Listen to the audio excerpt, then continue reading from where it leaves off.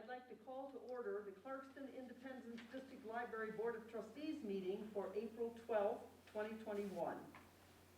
In accordance with the Open Meetings Act, in-person meetings are resuming, and this meeting will be held in person in our community meeting room.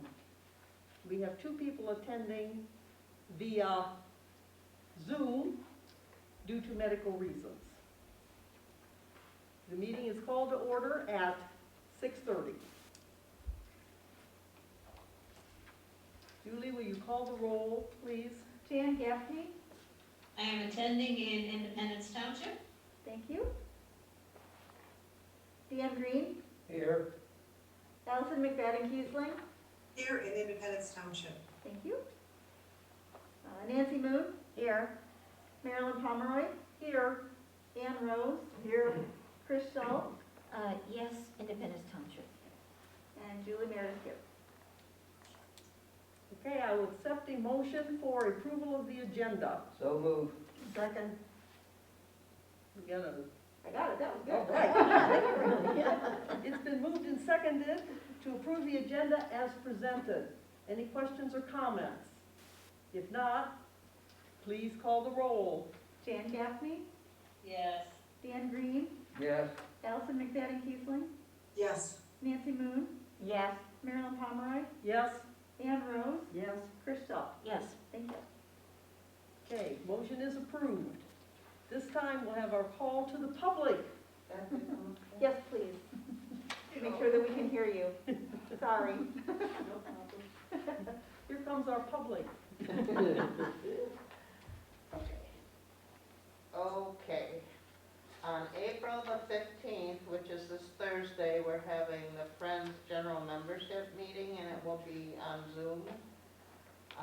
We are taking donations on April 21st from 10 to 2 and 6 to 8, and we haven't determined the donation schedule for May yet.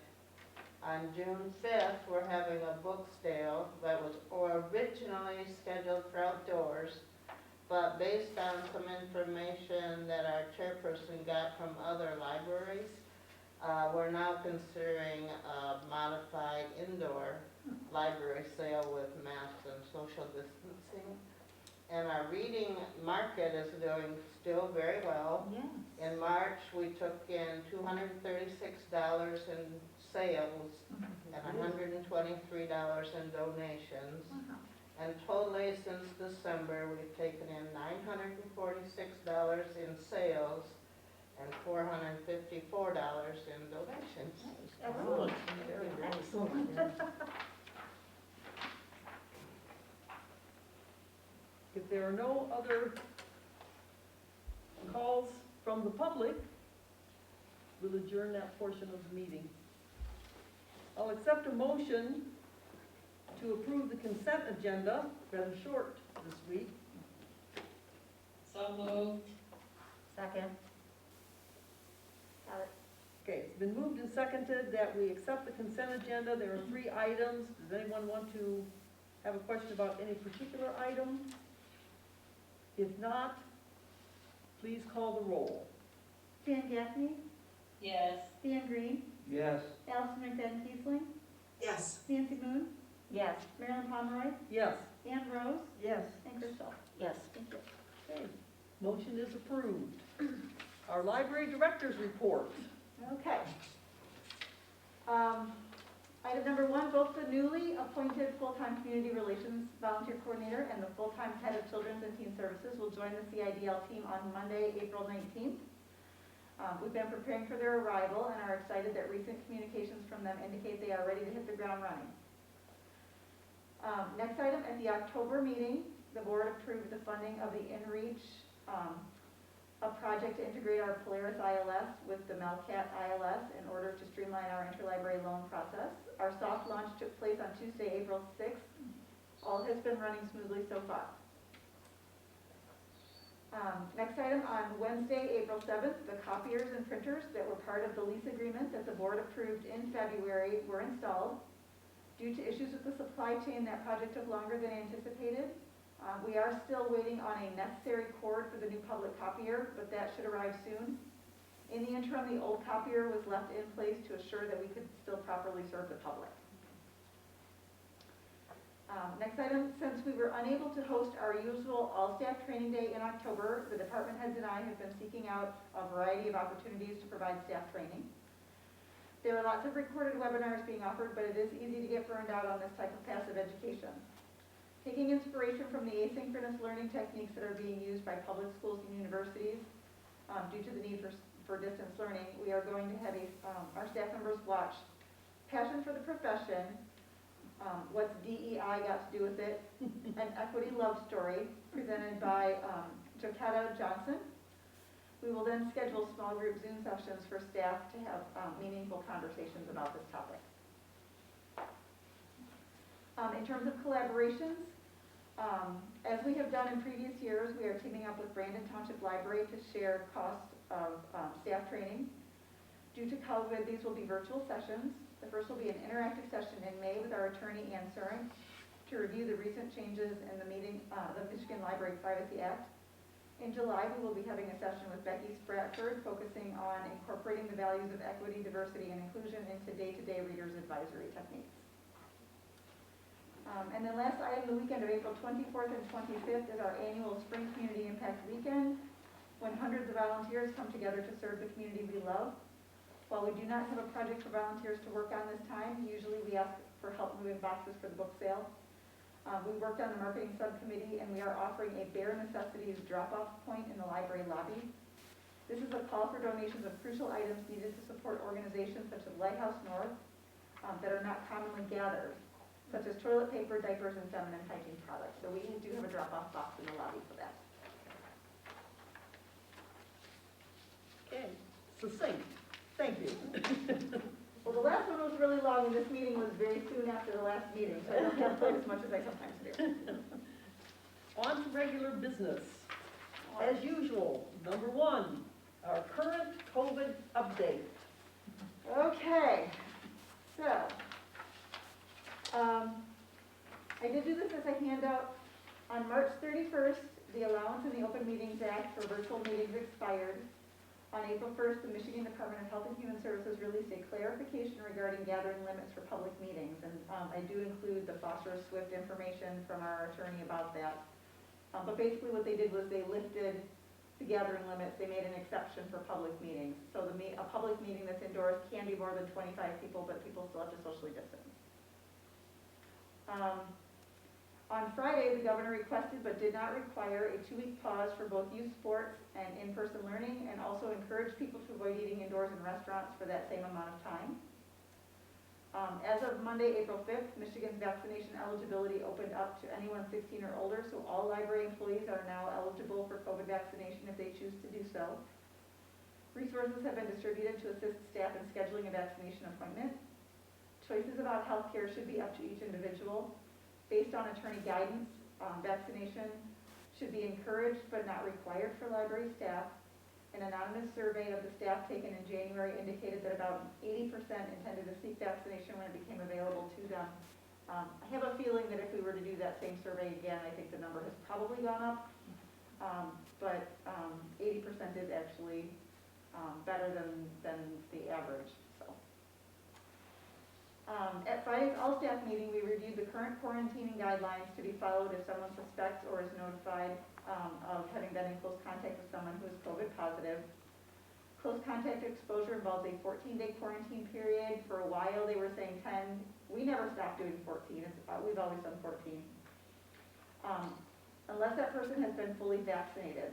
Fully vaccinated is defined as 2 weeks after the final dose of a Pfizer, Moderna, or Johnson & Johnson COVID vaccination, and at that point, people are not required to quarantine if they are exposed. Today, the state extended the COVID workplace restrictions for an additional 6 months. These include the MIOSHA orders requiring various safety protocols such as PPE and social distancing. The governor stressed that this does not mean that employees are not allowed back into the office, but to provide the time and tools to transition employees who have been working exclusively from home back to in-person work. And then in terms of the library Phase 5 services, these are basically the same as they were last time that you met. We have reduced our quarantining from 5 days down to 4. CDC is now starting to back off of Yeah. the need for that, and so we are researching whether or not we can perhaps go down further or even potentially eliminate the quarantining, but we're not there yet. The basic guidelines for staff remain the same, and the signage that we are using is still remaining the same as well. Any questions on any of that? We have this all memorized. Getting there.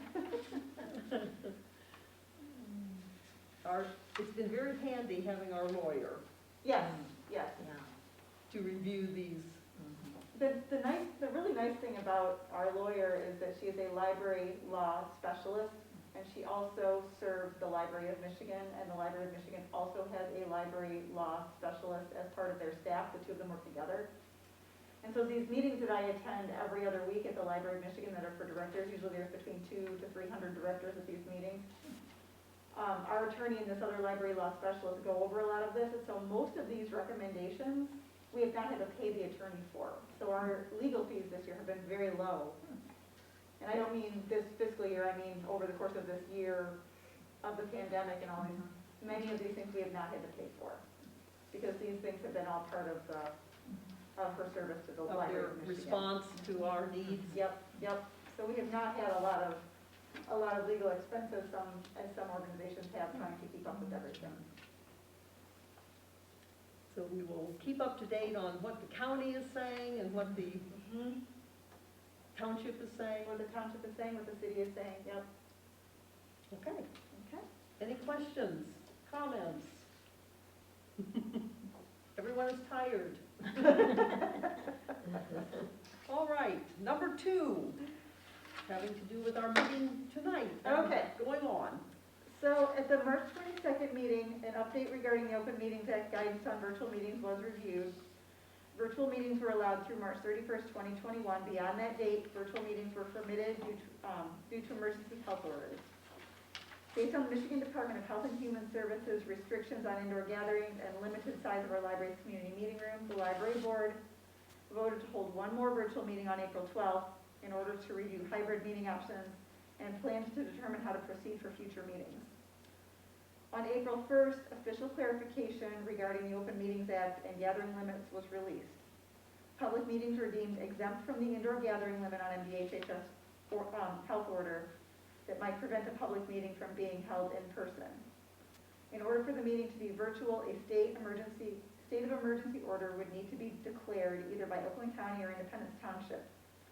Independence Township being the municipality where the library board's public meeting is usually held. Neither Oakland County nor Independence Township currently have such an order in place. According to the OMA, a library board member is still permitted to attend the meeting virtually for a medical reason, but a procedure for how to do so must be in place. CID already has a board-approved electronic participation procedure that was created by the library's attorney in accordance with the OMA already in place, and it was updated after that OMA order was changed. So I did include that in your packet. So just a couple of things. We do have 2 virtual library board members tonight, and it is within accordance with this procedure. The procedure says that we need to give, for the sake of transparency, notification that we have board members who are attending virtually, and that we do need to record where they are attending from. We did both of those postings, both the posting and the announcement of where they are recording from, where they're virtually attending from, I guess is what I mean to say.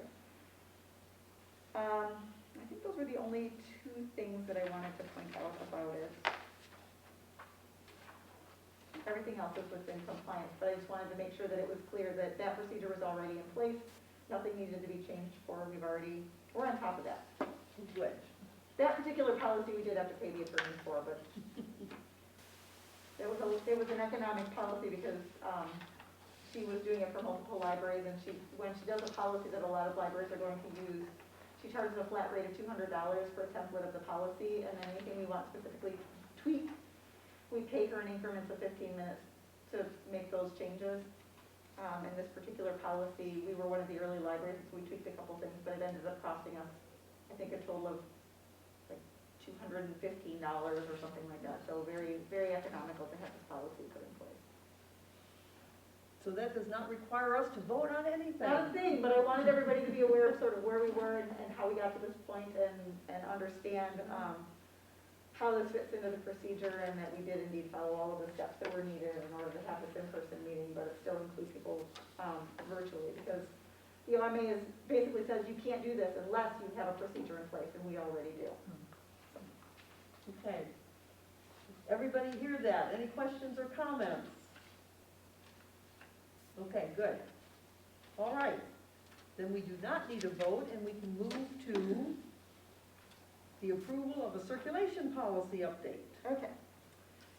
At the October meeting, the board approved the funding of InReach, as we talked about, for a project to integrate Polaris ILS with the Melcat ILS in order to streamline our interlibrary loan process.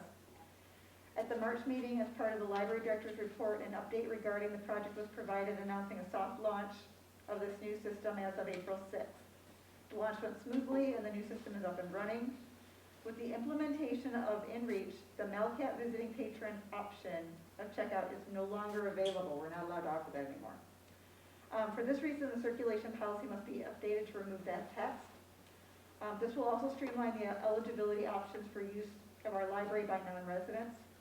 Non-resident library patrons who are not part of TLN or residents of the city of Troy previously chose between the My Library Card option, which used to be called Misha Card, and the Melcat visiting patron.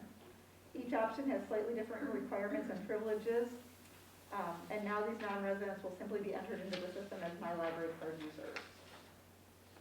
So you'll see the only thing that's in here that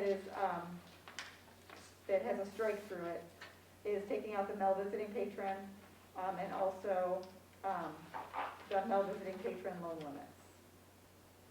So.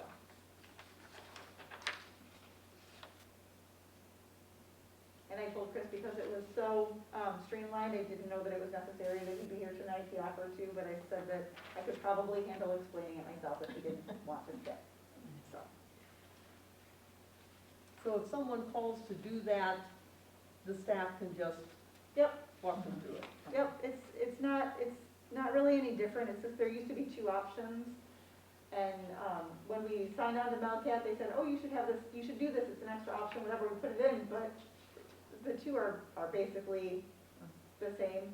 And now that we've updated the system to use this InReach, it's not an option anymore, so now we have to take it back up. So in essence, it's easier. It's easier. It means we have one option instead of two to do the same thing. They were redundant, essentially. Okay. Any questions or comments about that? Seems pretty straightforward to me. Yeah, that's right.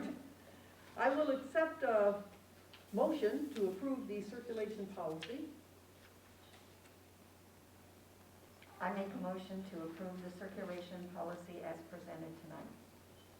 I'll second that. Okay, it's been moved and seconded, Got them both? okay, to approve the circulation policy update as part of the InReach project. Any comments or questions before we vote? If not, please call the roll. Okay. Dan Gaffney, Yes. Dan Green, Yes. Allison McFadden Keesling, Yes. Nancy Moon, Yes. Marilyn Pomeroy, Yes. Ann Rose, Yes. Chris Shaw. Yes. Thank you. Okay, motion is approved. Now, let's discuss May. May, yes. Okay, the library board has been made aware that I will need to be off of work for medical reason from April 30th to May 9th. The May meeting is currently scheduled for May 10th. In an effort to provide adequate time for the board pack to be created for the May meeting, it is suggested that the library, or that the May meeting be moved to either May 17th or May 24th. I like the 17th. You like the 17th? Anybody else like the 17th? Fine by me. Me too. Is that okay? 7K? Yeah, that's fine with me. Okay.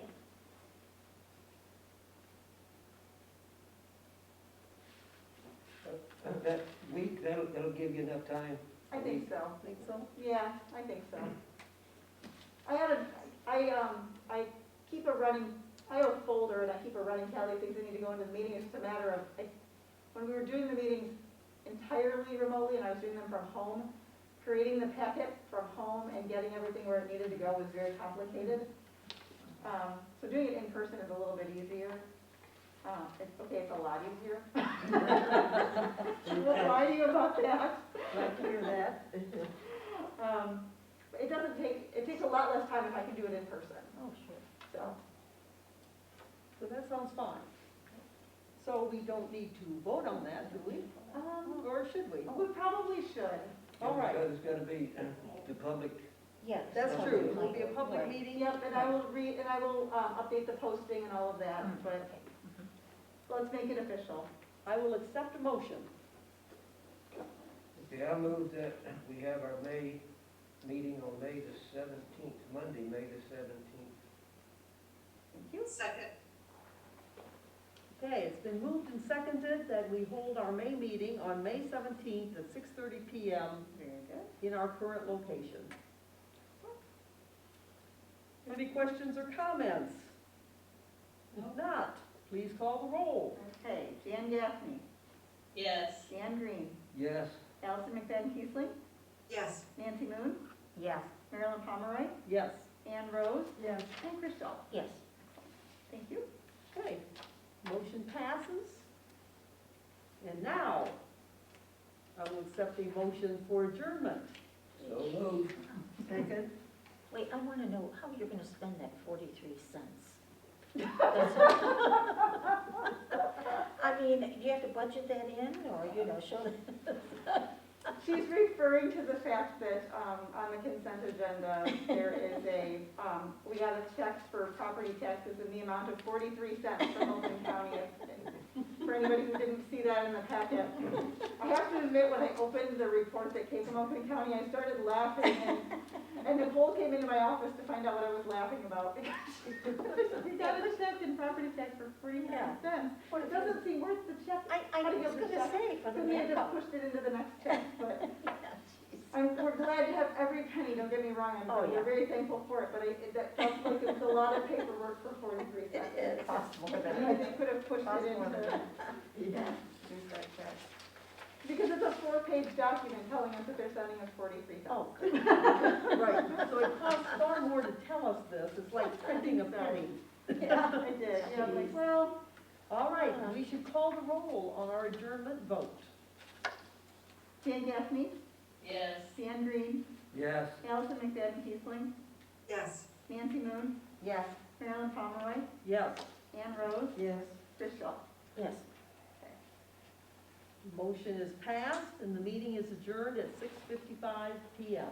Thank you all for attending. Thank you.